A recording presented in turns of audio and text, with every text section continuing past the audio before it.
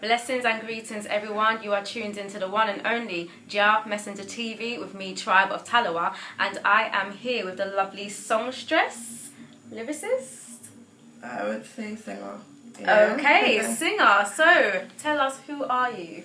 Well, I'm Anansa. I sing reggae, roots, on a dub vibes, a dub rhythm. That's generally what I do. Yeah, basically that's it. Okay, so what are you currently working on? Let the people know. Right now I'm working with a producer with Studio Starline, yeah. Producer Kojo is his name. My first EP called Hibiscus on a Tree. So basically I grew up in Trinidad. Basically the EP is called Hibiscus on a Tree, Life's Journey. Hibiscus is my favourite flower, so growing up in Trinidad, that's something I saw regularly. And decided, you know, hibiscus on a tree. Tree represents life, represents so many things, you know. Death, life, circle of life, and I just came up with that one day to be like my EP. So basically it's just a variation of dub style, a bit of jazz, a bit of Sade influence. So yeah. Yeah, also working with Sons of Dub or Rash Jammy. They'll be publishing the EP. So it's a really, great time right now. So you'll check out Sons of Dub, Rash Jammy. Yeah. So what got you into singing and songwriting? Probably since I could remember, like 7 years old. I just remember going to my great-grandmother's father's house. As I said, I grew up in Trinidad. And I would just go downstairs when everybody was upstairs, under the little veranda bit, and just sing. That was your own stage? Yeah. Yeah. And I thought I was just singing to myself. But apparently the neighbours used to hear, and they would tell my family, like, oh, she's got such a lovely voice. And like, all this time I'm thinking, yeah, I'm singing to myself, I'm doing my own thing, and the neighbours are hearing me. So just hearing that feedback, it gave me, I was like, okay, that feels nice. I joined the choir over there in Trinidad. I used to write poetry, lots of poems at first. That's how I started to write. Yeah. I was singing, but I didn't write songs. I used to write poems, and I entered poetry competitions, and then as I got older, and went through certain life experiences, I started to write it out. And then, because you're passionate as a female, you want to, you sing it out. So I was like, oh, okay. So I think that's where the writing and, just my passion of wanting to express and be creative joined together. I did things called RAS Factor that helped me with my confidence, because I wasn't performing.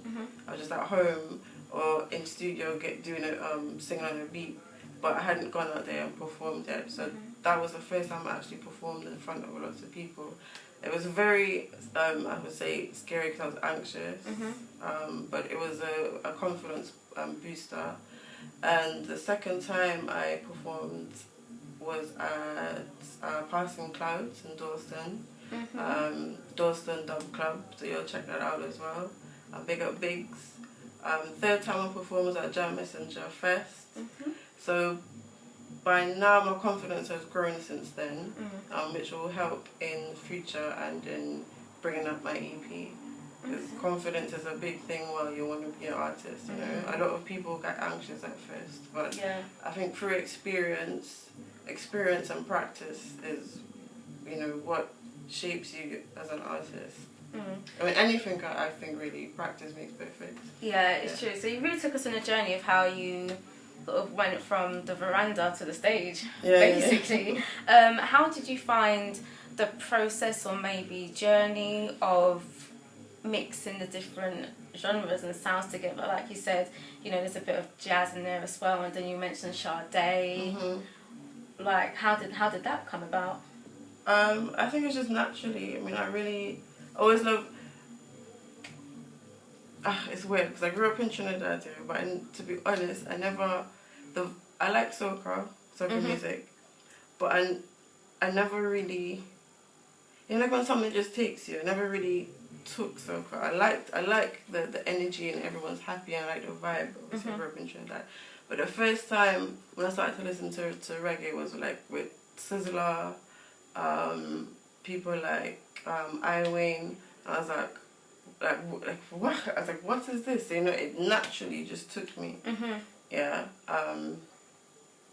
So I would just buy a whole heap of like Sizzler CDs and just listen to it, the mixtapes, the reggae. I was like, what is this? Like, and just things like he would incorporate like African drums, Naya Bingi drumming, and he'd be saying Amharic words like Tanasale, and I'm like, what's all this? So, you know, it's something new to me.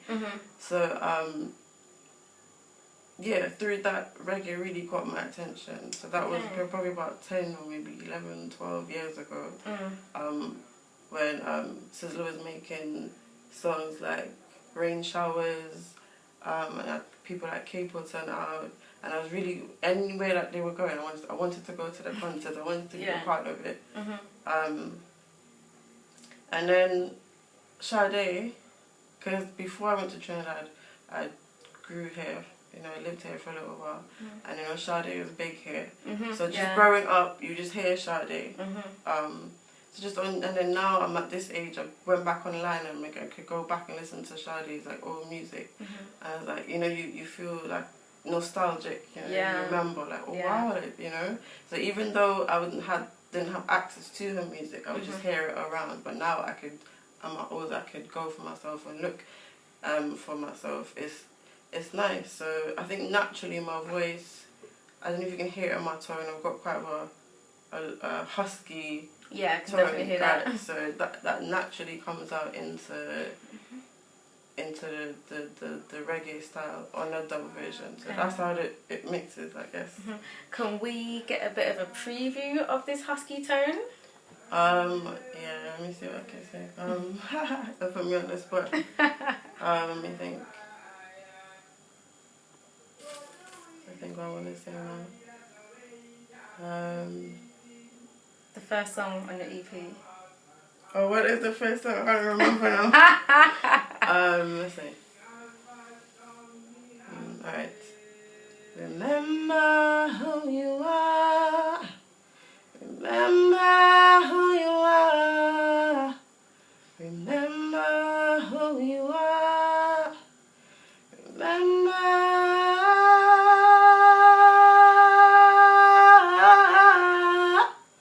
Remember who you are. I am Anansa.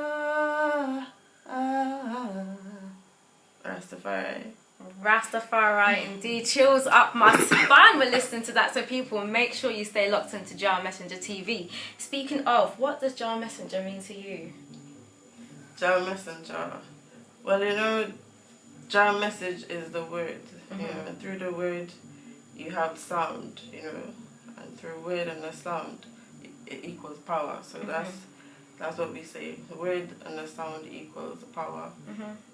So that's basically what JAH Messenger means to me. The message of JAH people, incorporating the words that we speak, the sounds that we use, that we make, you know. Unification brings power. So that's what it means to me. Wow, that's a very loaded answer, but a very good answer as well. So thank you very much for sitting here and doing this interview with me. Where can people find you? I'm slowly getting on there online. Like social media and all that. Putting out my stuff. But if you go on JAH Messenger Entertainment on SoundCloud, you will see bits and bobs. But right now I'm just trying to keep it for my EP. Okay, alright. Yeah. Well, we already got a sneak preview, which had chills up my spine, like I said before.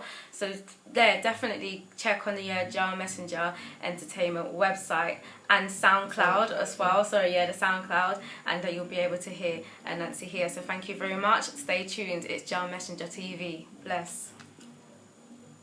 Bless the love, Rastafari.